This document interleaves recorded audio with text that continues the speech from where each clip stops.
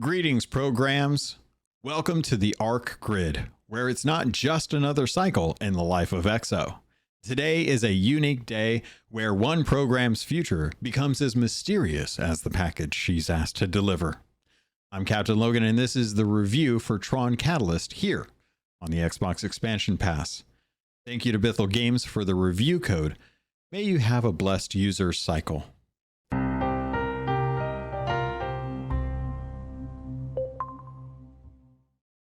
Tron Catalyst is an isometric action-adventure game with an original story taking place in the world of Tron and Tron Legacy from Disney Studios. The story here is a good extension of Tron's 2023 installment of Identity, with a couple of characters making appearances in Tron Catalyst. But at its core, this is a new story told from the perspective of EXO, a courier in the Ark Grid. She finds out the hard way that she's being used as a catalyst that not only endangers her life, but also causes her to be detained and sent to the games by a form of government that seeks power and control called Core. This is when you meet Khan, the program looking to increase his status by finding unique programs to deliver to a character you'll meet later in the game. Survive the games, and EXO might have a chance to figure out how to escape the Core and find out why she's wrapped up in this plot. Along the way, you'll meet the cast of characters that will help or hinder EXO as she pieces things together to their eventual end. While I feel like the story isn't deep, it is straightforward enough and allows you to focus on the character's journey. Bithell has done a good job of writing for a Tron world without disrupting the story already in place by Tron, Tron Betrayal, Tron Legacy, and Tron Uprising. There are a lot of unknowns in this universe, and Tron Identity and Catalyst do a good job of building factions and wars within the grid separate from Flynn's original creation. If you're looking for extended lore within the Tron IP, this will help build it out, but only if you're not focused on Tron, Clue, Flynn, Sam, or Cora. This is what I call your die-hard Tron fans experience, much like watching all of Tron Uprising because you love the world, not just the main characters from the first two films. I look forward to seeing where Ark Grid's story goes, as it seems likely we will get at least one more game in this Bithell game series. While there are some side quests, I found most of them were in service to the primary process. You can toggle between them, but I found toggling only helpful for setting your next waypoint. You have the option to talk to multiple NPCs, aka programs, but most of the time, they will only add flavor to the world.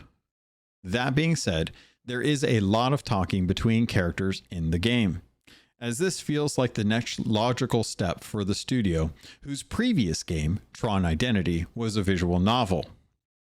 One issue I have with this simple quest system is having a waypoint constantly active. It serves to hold your hand and doesn't leave much to desire when it comes to exploration. Given how large some of the set pieces are, and there only being one type of resource to gather, you aren't incentivized to venture off the beaten path. Fear not though, as the core design of the game will have you going back and forth to all the locations over time. All in all, the main quest will continue to update as you progress and tell you exactly where to go between the areas, making the game a hard linear path with an arrow pointing the way. The world design is on point, with Tron's futuristic black and neon blues and oranges being represented here. A constant rain reflects the neo-noir stylings of Blade Runner in a way that harkens back to a cyberpunk trope not seen in many games. Vehicles, characters, and buildings are all well thought out, with each faction having a hue that separates them from yourself. From the arena to factories to canyons and city streets, Tron Catalyst takes its design language from Tron Legacy and doesn't fall short on this front. Navigation, as mentioned in the quest section, is straightforward, but not always clear. You will get prompts to jump from time to time, with some small ability gating built into each level. Thankfully, your character does move relatively fast, and you are provided a light cycle in most larger areas. Much like the world and character design, audio design excels here, adding familiar sound effects like light cycles roaring through the city streets and identity discs bouncing from enemy to enemy as they burst into tiny energy cubes.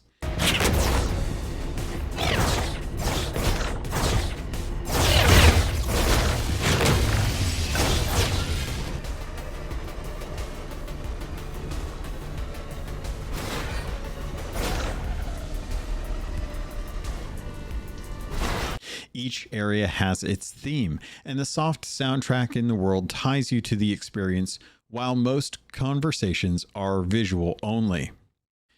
The characters you'll meet are all voiced well, but far too little, with much of the voice acting being added to slideshows between characters during pivotal story beats. You're under the arena. You're here because I dragged you out of the wreck of a city intersection myself. You just blown it up. I don't understand. I know, you said. The thing is, I think you know more than you're saying. I think maybe you're special. I think you rode in from the Outlands to do something. Unlucky for you, you survived the explosion. I'm not from the Outlands. Look, I know how Core deal with problems. I don't want any trouble. Trouble's already here, program. The combat for Tron Catalyst does a good job of tackling the isometric design of the game. It covers what I'd want from a Tron world. I have my data disk that I can use for melee, throwing, and bouncing off walls and enemies.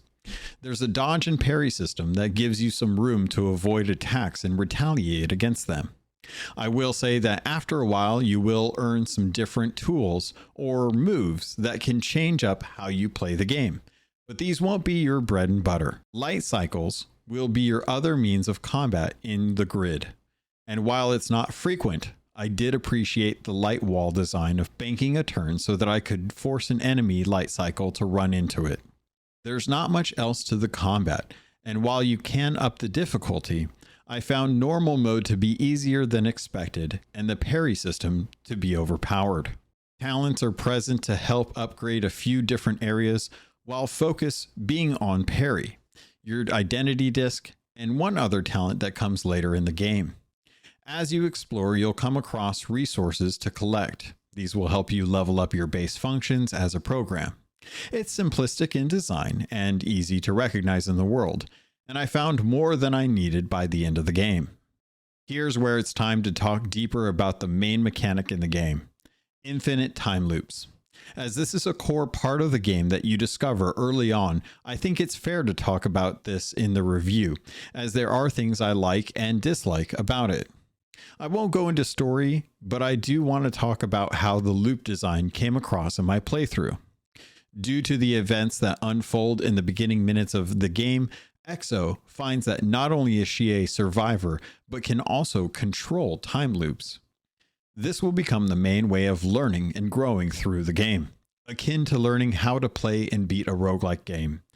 The design here is smart, as a program can malfunction or loop indefinitely if something happens to the integrity of the code that makes up the program. Sticking strongly to the Tron world, the team does a good job of breaking up the game into different times and different loops during your playthrough. Throughout each loop, you'll learn something new that will help you progress through the game. The issue comes when you start to run into the same situation or characters multiple times. I found myself exasperated, much like EXO, having to explain and prove that not only have you met the program you're talking to before, but they've agreed to help you for something in return.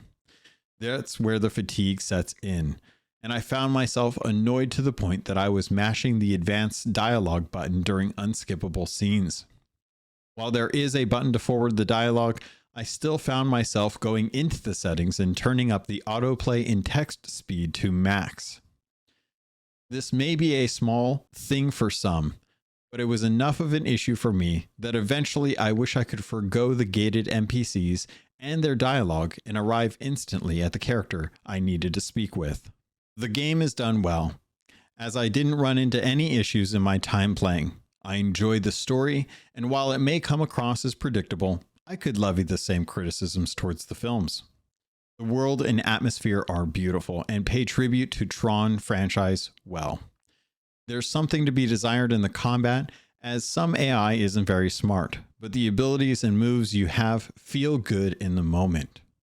While this may not be for everyone looking for the next Tron 2.0 or Evolution, it's a good step forward for the studio moving into the realm of action-adventure.